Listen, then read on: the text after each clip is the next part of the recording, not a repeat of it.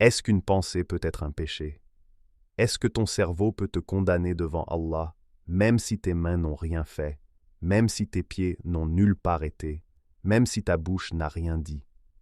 Est-ce que le simple fait d'imaginer quelque chose d'interdit, de laisser ton esprit voyager vers des territoires que tu ne franchirais jamais dans la réalité, est-ce que ça suffit pour que Allah t'inscrive parmi les pécheurs? Parce que si c'est le cas, alors nous sommes tous perdus.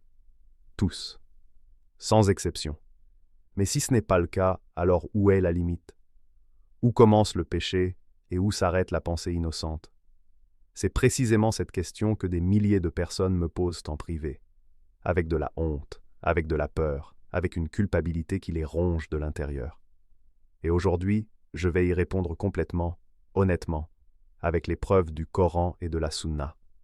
Reste jusqu'à la fin parce que ce que tu vas entendre va peut-être changer ta relation avec toi-même et avec Allah. Assalamu alaikum wa rahmatullahi wa barakatuh, mes chers frères et sœurs. Bienvenue. Je suis sincèrement heureux que vous soyez là parce que ce sujet est l'un de ceux dont personne ne veut parler ouvertement. Et c'est exactement pour ça qu'il crée tant de confusion, tant de culpabilité mal placée et parfois tant de désespoir inutile chez des croyants sincères qui méritent une réponse claire. Si tu es nouveau ici, abonne-toi à la chaîne Imagination Polie, parce que c'est une chaîne qui ne fuit pas les sujets difficiles. Nous les abordons avec la lumière de l'islam, avec respect, avec connaissance et avec bienveillance. Active la cloche pour ne rien manquer. Et maintenant, entrons vraiment dans ce sujet. Je veux commencer par établir quelque chose de fondamental, quelque chose que beaucoup de gens semblent ignorer ou avoir oublié. Et c'est la distinction qu'Allah subhanahu wa ta'ala lui-même a établie entre la pensée et l'acte. Allah dit dans le Coran, à la fin de la sourate Al-Baqarah, dans ce verset magnifique, que le prophète paix et salut sur lui a décrit comme un cadeau unique, donné à cette Ummah et à aucune autre avant elle. Allah ne charge une âme que de ce qu'elle peut supporter, à elle ce qu'elle a acquis en bien, et contre elle ce qu'elle a acquis en mal. Et ensuite il y a cette doua, notre Seigneur. Ne nous châtie pas si nous oublions ou si nous commettons une erreur. Et dans le hadith qui explique la révélation de ces versets, rapporté dans Sahih Muslim, les compagnons sont venus vers le prophète paix et salut sur lui, avec une détresse immense. Ils ont dit, « Ô messager d'Allah, nous ressentons dans nos cœurs des choses tellement graves que l'un d'entre nous préférerait être réduit en cendres plutôt que d'en parler. » Et le prophète leur a répondu en disant, « C'est ça, la foi pure et claire. » Attends. Le prophète a appelé leur détresse face à ses pensées la foi pure. Pourquoi? Parce que le fait même d'être troublé par une mauvaise pensée, d'en ressentir de la honte, de ne pas vouloir y succomber, c'est la preuve que ton cœur est vivant, que ta conscience est intacte, que ta foi fait son travail de gardien. Et ensuite le prophète paix et salut sur lui a dit, dans un hadith rapporté dans Bukhari et Muslim, qu'Allah a pardonné à ma Ummah ce que leurs âmes leur suggèrent, tant qu'ils ne le font pas ou n'en parlent pas. Lis ce hadith encore une fois. Allah a pardonné. Pas qu'il va pardonner, pas qu'il pourrait pardonner. Il a pardonné. C'est acquis, c'est établi. Ce qui passe dans ton esprit sans que tu le fasses ni ne le dises, Allah l'a déjà pardonné, avant même que ça arrive. Subhanallah, quelle miséricorde immense, quelle générosité divine incompréhensible. Alors où est le problème? Où commence le péché dans tout ça? C'est là que nous devons être précis et honnêtes. Les savants de l'islam ont établi depuis longtemps une distinction très importante entre plusieurs niveaux de pensée. Et je vais te les expliquer clairement, parce que comprendre ces niveaux va changer complètement ta façon de vivre avec tes pensées. Le premier niveau, c'est ce que les savants appellent al-hatif ou al-khatir, c'est-à-dire la pensée qui surgit spontanément, involontairement dans ton esprit. Tu marches dans la rue, tu vois quelqu'un d'attirant, une image s'impose à ton esprit. Tu lis quelque chose, tu entends quelque chose, et ton imagination part dans une direction que tu n'as pas choisie. Cette pensée initiale, cette image spontanée, ce premier mouvement involontaire de l'imagination, les savants sont unanimes là-dessus. Ce n'est pas un péché. Pourquoi? Parce que tu ne l'as pas choisi. Et Allah ne punit pas pour ce qu'on n'a pas choisi. Allah est juste. Allah sait que tu es humain. Allah t'a créé avec une imagination, et il sait ce que cette imagination fait sans ta permission. Mais voilà où ça devient sérieux. Et c'est le deuxième niveau. La différence entre cette pensée spontanée et le fantasme intentionnel, c'est la différence entre une étincelle et un incendie volontaire. Une étincelle peut surgir n'importe où, n'importe quand, sans que tu l'aies allumée. C'est neutre, c'est involontaire. Mais si tu vois cette étincelle et que tu décides de souffler dessus, d'y ajouter du bois, de l'alimenter délibérément pour qu'elle devienne une flamme, pour qu'elle devienne un feu que tu entretiens avec plaisir et intention, là le statut change. Le fantasme intentionnel, c'est quand tu prends une pensée qui surgit et que tu décides consciemment de l'entretenir, de la développer, de t'y complaire, d'y revenir volontairement, de construire dans ton imagination des scènes détaillées et élaborées avec intention et désir. Et là, les savants ont des opinions différentes sur le degré de péché que cela représente, mais la plupart s'accordent à dire que cela n'est pas sans conséquences spirituelles. Pourquoi? Parce que le prophète paix et salut sur lui a dit dans un hadith important rapporté dans Bukhari, en parlant de la fornication et de l'adultère, que les yeux commettent la fornication, et leur fornication, c'est le regard interdit. Que la langue commet la fornication, et sa fornication, c'est la parole impudique. Que la main commet la fornication, et sa fornication, c'est la caresse interdite. Que les pieds commettent la fornication, et leur fornication, c'est la marche vers l'interdit, et que le cœur désire et aspire. Et ensuite, le prophète a dit que les parties génitales confirment tout ça, ou le démentent. Qu'est-ce que ce hadith nous dit? Il nous dit que le péché a des degrés. Il nous dit que regarder avec désir ce qui est interdit est une forme de péché. Il nous dit que désirer dans son cœur avec intention est une forme de péché. Pas le même péché que l'acte lui-même, pas la même gravité, mais une forme de dommage spirituel qui doit être pris au sérieux. Et voici l'image qui m'aide à expliquer ça. Imagine que ton cœur est un jardin. Les pensées qui surgissent spontanément sont comme des graines que le vent apporte. Tu ne les as pas choisies, tu ne les as pas semées. Elles arrivent, ce n'est pas ta faute. Mais si tu prends ces graines et que tu les plantes toi-même, que tu les arroses chaque jour, que tu leur donnes de la lumière, que tu les cultives avec soin et intention, alors les plantes qui poussent dans ce jardin, elles sont de ta responsabilité. Et si ces plantes sont des plantes venimeuses, elles vont empoisonner ton jardin, elles vont étouffer les bonnes plantes, elles vont rendre ton cœur moins pur, moins sensible, moins proche d'Allah. Et c'est ça le vrai danger des fantasmes intentionnels et répétés. Pas nécessairement qu'ils te condamnent directement à l'enfer, mais qu'ils appauvrissent ton cœur, qu'ils diminuent ta haya, ta pudeur naturelle, qu'ils créent une habituation au haram dans l'imagination qui peut progressivement pousser vers le haram dans la réalité. Je veux maintenant parler d'un phénomène très concret et très répandu dans notre époque. Et c'est le problème des fantasmes alimentés par des contenus illicites, notamment la pornographie. Parce que beaucoup de gens font une distinction dans leur tête. Ils se disent « Je ne fais rien dans la réalité, donc je ne pêche pas ». Mais la réalité est plus complexe que ça.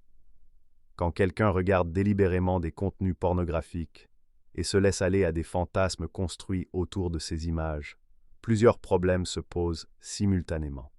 Premièrement, le regard lui-même est un péché comme nous l'avons vu dans le hadith sur la fornication des yeux. Deuxièmement, entretenir ces fantasmes intentionnellement est une forme de désir du cœur que le même hadith mentionne. Troisièmement, et c'est peut-être le danger le plus insidieux, ces images et ces fantasmes répétés commencent à reprogrammer le cerveau. La neuroscience moderne le confirme aujourd'hui, ce que l'islam a toujours su. Ce que tu alimentes grandit. Ce à quoi tu penses régulièrement, ce que tu imagines avec intensité et répétition, ça devient une force dans ta vie. Ça influence tes attentes, tes désirs, tes comportements. Et ça peut créer une forme de dépendance, une addiction, qui rend de plus en plus difficile de se contenter du halal et de plus en plus tentant de chercher le haram. Et je veux aborder maintenant une question très spécifique que beaucoup de gens me posent, et c'est la question des fantasmes à l'intérieur du mariage.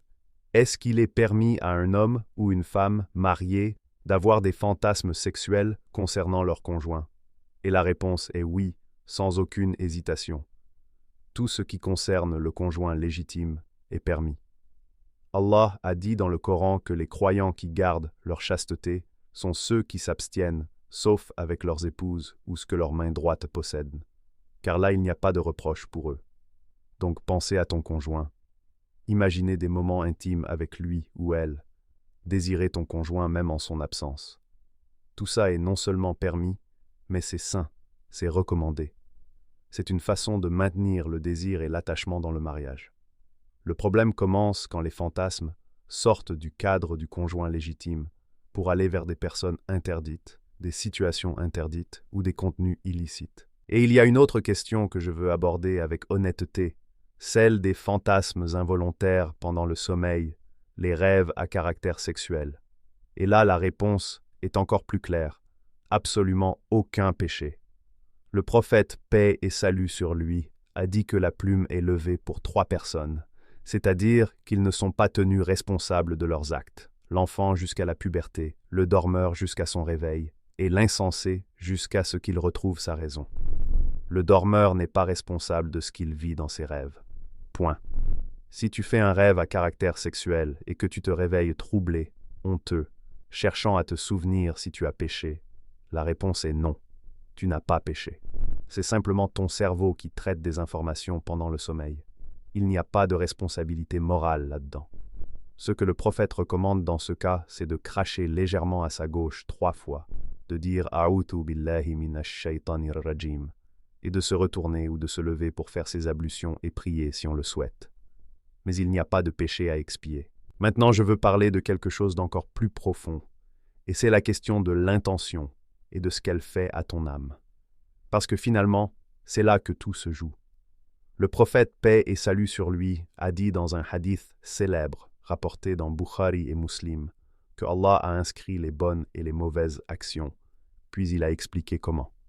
Celui qui a l'intention de faire une bonne action et ne la fait pas, Allah lui inscrit une bonne action complète. Celui qui a l'intention de faire une bonne action et la fait, Allah lui inscrit entre 10 et 700 fois la récompense, voire davantage.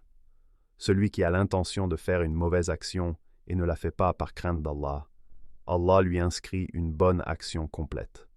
Et celui qui a l'intention de faire une mauvaise action et la fait, Allah ne lui inscrit qu'une seule mauvaise action. Regarde la générosité d'Allah dans ce hadith. Même l'intention de faire le mal, si tu y résistes, devient une bonne action. Et si tu la commets, ce n'est qu'une seule mauvaise action, jamais multipliée comme les bonnes. C'est la balance d'Allah. Une balance qui penche toujours vers la miséricorde. Mais dans le contexte de notre sujet aujourd'hui, ce hadith nous dit aussi quelque chose d'important sur l'intention dans les fantasmes. Si dans ton imagination, tu te retrouves à construire délibérément et avec intention un scénario de péché, pas seulement une pensée fugace, mais un projet imaginaire que tu développes avec la volonté de le réaliser si tu en avais l'occasion, certains savants considèrent que l'intention de péché, même non suivie d'action, n'est pas sans conséquence spirituelle, même si elle est pardonnable. La différence est subtile, mais réelle. Il y a une différence entre l'imagination qui vagabonde et le désir intentionnel de faire le haram. Il y a une différence entre rêvasser involontairement et planifier dans son esprit un acte interdit avec l'envie de le commettre. La première est pardonnable selon le hadith que nous avons cité. La seconde touche à la zone de l'intention que le hadith sur les actions inscrites nous invite à prendre au sérieux. Alors que fait-on concrètement avec tout ça? Parce que la connaissance sans application ne sert pas à grand-chose. La première chose, c'est de cesser de te torturer pour les pensées involontaires. Allah a pardonné. Le prophète a dit que ta détresse face à ces pensées est la preuve de ta foi. Ne laisse pas le shaitan transformer une pensée innocente en source de désespoir et de doute sur toi-même. Quand une pensée surgit, reconnais-la, ne t'y attarde pas, et passe à autre chose. Les savants comparent ça à un oiseau qui passe au-dessus de ta tête. Tu ne peux pas empêcher l'oiseau de passer, mais tu peux empêcher qu'il fasse son nid dans tes cheveux. La pensée qui surgit, c'est l'oiseau qui passe. Le fantasme que tu entretiens intentionnellement, c'est le nid qu'il construit. Ne laisse pas le nid se construire. La deuxième chose concrète à faire, c'est de traiter la source. La plupart des fantasmes intenses et récurrents ne surgissent pas de nulle part. Ils sont alimentés par quelque chose. Des images que tu as vues, des contenus que tu consommes, des situations dans lesquelles tu te places. Si tu veux réduire les fantasmes qui te troublent, commence par couper leur source d'alimentation. Gère ce que tu regardes sur ton téléphone. Gère les environnements où tu te mets. Gère les conversations que tu as. Ce n'est pas de la répression, c'est de l'hygiène spirituelle. Exactement comme tu ne peux pas garder une maison propre si tu y apportes constamment de la boue, tu ne peux pas garder ton imagination pure si tu la nourris constamment de choses impures. La troisième chose, c'est de nourrir ton cœur positivement. Parce que la nature déteste le vide. Si tu vides ton esprit des mauvaises pensées sans le remplir d'autres choses, elles reviennent. Mais si tu remplis ton cœur de Coran, de dhikr, de connaissances islamiques, de projets utiles, d'actions bonnes, tu laisses moins de place aux pensées parasites. Le Coran dit qu'avec la mémoire d'Allah, les cœurs trouvent leur tranquillité. Ce n'est pas une métaphore poétique. C'est une réalité psychologique et spirituelle. Un cœur occupé par la mémoire d'Allah est un cœur moins vulnérable aux assauts du shaitan. Et la quatrième chose, c'est d'être honnête avec soi-même sur la différence entre une pensée qui surgit et un fantasme que tu entretiens. Parce que parfois on se cache derrière le fait que c'est involontaire pour justifier quelque chose qu'on entretient en réalité très délibérément. Et Allah sait exactement ce qui est involontaire et ce qui est intentionnel dans ton cœur. Tu ne peux pas le tromper, mais tu ne dois pas non plus te tromper toi-même. Sois honnête. Si tu reconnais que tu entretiens intentionnellement des pensées qui t'éloignent d'Allah, fais tauba, sincèrement, et recommence. Et si tu rechutes, refais tauba, et recommence encore. C'est ça la vie du croyant. Ce n'est pas la perfection, c'est la direction. Je veux conclure avec quelque chose qui me tient vraiment à cœur. Il y a dans nos communautés une culture du silence et de la honte, autour de tout ce qui touche à la sexualité et au désir. Et cette culture fait plus de mal que de bien. Elle pousse les gens à se taire, à porter seuls des fardeaux qu'ils auraient pu alléger avec la bonne connaissance. Elle crée une image de l'islam comme une religion qui ignore la réalité humaine et exige l'impossible. Alors que la vérité est exactement le contraire. L'islam est la seule religion qui a abordé ces questions avec autant de clarté, de sagesse et de miséricorde. Le prophète paix et salut sur lui a parlé de ces sujets avec ses compagnons. Il a répondu aux questions les plus intimes sans honte ni tabou. Il a établi des règles qui protègent sans écraser, qui encadrent sans étouffer, qui élèvent l'être humain sans nier sa nature. Et c'est dans cet esprit que nous devons transmettre ces connaissances à nos jeunes, à nos enfants, à nos communautés. Voici donc le résumé de ce que tu dois retenir aujourd'hui. Les pensées sexuelles qui surgissent spontanément et involontairement ne sont pas des péchés. Le prophète l'a dit clairement, et Allah a pardonné à cette Ummah ce que leurs âmes leur suggèrent, tant qu'ils ne le font pas ou n'en parlent pas. Ta détresse face à ces pensées est un signe de foi, pas un signe de damnation. Les fantasmes que tu entretiens intentionnellement, que tu développes délibérément, que tu alimentes avec des contenus illicites ou une volonté persistante d'y succomber imaginairement, ceux-là ont un impact spirituel négatif et méritent tauba et effort pour les combattre. Les rêves à caractère sexuel ne sont absolument pas des péchés car le dormeur n'est pas responsable. Les fantasmes concernant le conjoint légitime sont permis et même sains. Et pour tout le reste, la tauba est toujours ouverte. La miséricorde d'Allah est toujours plus grande que n'importe quel péché. Et la direction compte plus que la perfection. La réponse à notre question du début est maintenant complète. Les fantasmes sexuels sont-ils un péché même sans passage à l'acte? La réponse est nuancée et honnête. Ce qui est involontaire, non. Ce qui est entretenu intentionnellement, oui en degré. Et ce qui est accompli dans la réalité est le péché complet. Mais dans tous les cas, Allah est Ghafour, Rahim, pardonneur et miséricordieux. Et la porte du retour vers lui n'est jamais fermée, tant que le soleil ne s'est pas levé de l'ouest et que ton dernier souffle n'est pas encore venu. Qu'Allah vous purifie les cœurs, vous facilite la chasteté, vous accorde la tranquillité intérieure et vous préserve du désespoir face à vos propres imperfections. Merci du fond du cœur d'être resté jusqu'à la fin. Je sais que ce n'est pas un sujet facile à écouter et encore moins à vivre. Mais tu es là, tu cherches. Et ça, c'est déjà une lumière en toi. Partage cette vidéo avec quelqu'un qui en a besoin. Abonne-toi à la chaîne Imagination Polie. Et rappelle-toi toujours que le meilleur de toi n'est pas derrière toi, il est devant toi, à chaque instant où tu choisis de te tourner vers Allah. Assalamu alaikum wa rahmatullahi wa barakatuh.